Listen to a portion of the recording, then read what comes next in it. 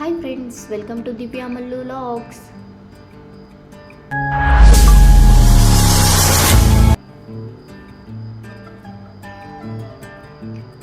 ನಮಸ್ಕಾರ ಎಲ್ಲರೂ ಹೇಗಿದ್ದೀರಾ? ಎಲ್ಲರೂ ಚೆನ್ನಾಗಿದ್ದೀರಾ ಅಂತ ಅಂದ್ಕೊಳತ್ತೀನಿ. ಇವತ್ತು ನಾನು ನಿಮ್ಮ ಮುಂದೆ ಬೇಸಿಗೆ ಕಾಲದಲ್ಲಿ ದೇಹಕ್ಕೆ ತಂಪು ನೀಡುವಂಥ ಸೇಮಿಯಾ ಫ್ರೂಟ್ ಕಸ್ಟರ್ಡ್ನ ಯಾವ ಥರ ಮಾಡೋದಂತ ತೋರಿಸ್ತೀನಿ. ನೋಡ್ಕೊಂಬರೋಣ ಬರ್ರಿ.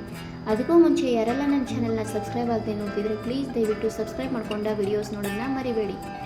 ಹಾಗಾದ್ರೆ ಸೇಮಿಯಾ ಫ್ರೂಟ್ ಕಸ್ಟರ್ಡ್ನ ಯಾವ ಥರ ಮಾಡೋದಂತ ತೋರಿಸ್ತೀನಿ. ಅಂದರೆ ಶಾವಿಗೆಯನ್ನು ಹಾಕಿಬಿಟ್ಟ ಫ್ರೂಟ್ ಕಸ್ಟರ್ಡ್ನ ಯಾವ ಥರ ಮಾಡೋದಂತ ತೋರಿಸ್ತೀನಿ ನೋಡಿ. ಮೊದಲಿಗೆ ನಾನು ಒಂದು ಪಾತ್ರೆಗೆ 2ರಿಂದ 3 ಸ್ಪೂನ್ ತುಪ್ಪವನ್ನು ಸೇರಿಸ್ಕೊಂಡಿದ್ದೀನಿ.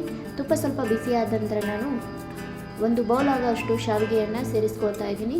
ಶಾವಿಗೆಯ ಕಲರ್ ಚೇಂಜ್ ಆಗುತ್ತನ ಸ್ವಲ್ಪ ತುಪ್ಪದಲ್ಲಿ ಫ್ರೈ ಮಾಡ್ಕೊಳ್ಬೇಕು. ಶಾವಿಗೆಯ ಕಲರ್ ಚೇಂಜ್ ಆದ ನಂತರ ನಾನು ಇದಕ್ಕೆ 1 ಲೀಟರ್ ಆಗುವಷ್ಟು ಹಾಲನ್ನು ಸೇರಿಸ್ಕೊಳ್ತಾ ಇದ್ದೀನಿ.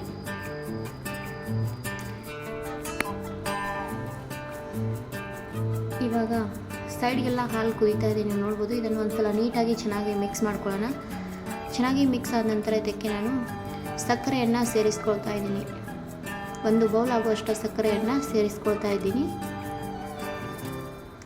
ಸಕ್ಕರೆಯನ್ನು ಸೇರಿಸ್ಕೊಂಡ್ಬಿಟ್ಟು ಮತ್ತೊಂದು ಸಾರಿ ಚೆನ್ನಾಗಿ ಮಿಕ್ಸ್ ಮಾಡ್ಕೊಳ್ಳೋಣ.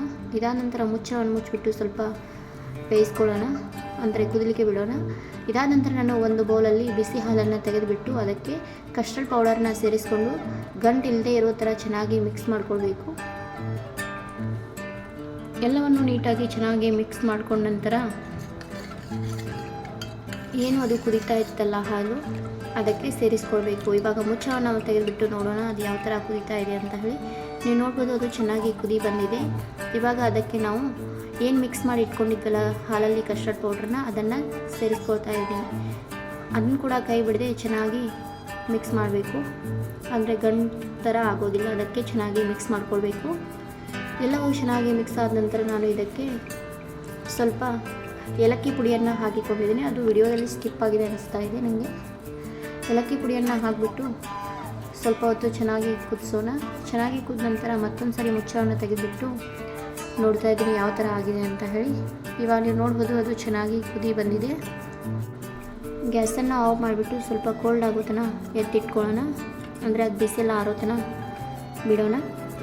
ಇವಾಗ ನಾನು ಅದಕ್ಕೆ ಅನಾರು, ದ್ರಾಕ್ಷಿ, ಬಾಳೆಹಣ್ಣು ಮತ್ತು ಆ್ಯಪಲ್ನ ತೊಗೊಂಡಿದ್ದೀನಿ. ಇವಾಗ ಎಲ್ಲವನ್ನು ಅದು ಸ್ವಲ್ಪ ಕೋಲ್ಡ್ ಆದ ನಂತರ ಅದಕ್ಕೆ ಸೇರಿಸ್ಕೊಳ್ಬೇಕು. ನಾನು ಅದನ್ನ ಕಡಾಯಿಂದ ಇನ್ನೊಂದು ಪಾತ್ರೆಗೆ ತೆಗೆದಿದ್ದೀನಿ, ಅಂದರೆ ಫ್ರಿಜ್ಜಲ್ಲಿ ಇಡೋ ಕಂಫರ್ಟ್ ಆಗುತ್ತೆ ಅಂತ ಹೇಳಿ ಬೇರೆ ಪಾತ್ರೆಗೆ ತೆಗೆದಿದ್ದೀನಿ. ಇವಾಗ ಅದೇ ಪಾತ್ರೆಗೆ ಎಲ್ಲ ನಾವೇನೇನು ಫ್ರೂಟ್ಸ್ನ ತೊಗೊಂಡಿದ್ವಲ್ಲ ಅದನ್ನೆಲ್ಲ ಸೇರಿಸ್ಕೊಂಡು, ನಿಮ್ಗೆ ಯಾವ್ಯಾವ ಫ್ರೂಟ್ ಇಷ್ಟ ಆಗುತ್ತೆ ನೀವು ಅದನ್ನೆಲ್ಲನೂ ಸೇರಿಸ್ಕೊಳ್ಬೋದು. ಇವಾಗ ಇದನ್ನು ಫ್ರಿಜ್ಜಲ್ಲಿ ಎತ್ತಿಡಬೇಕು.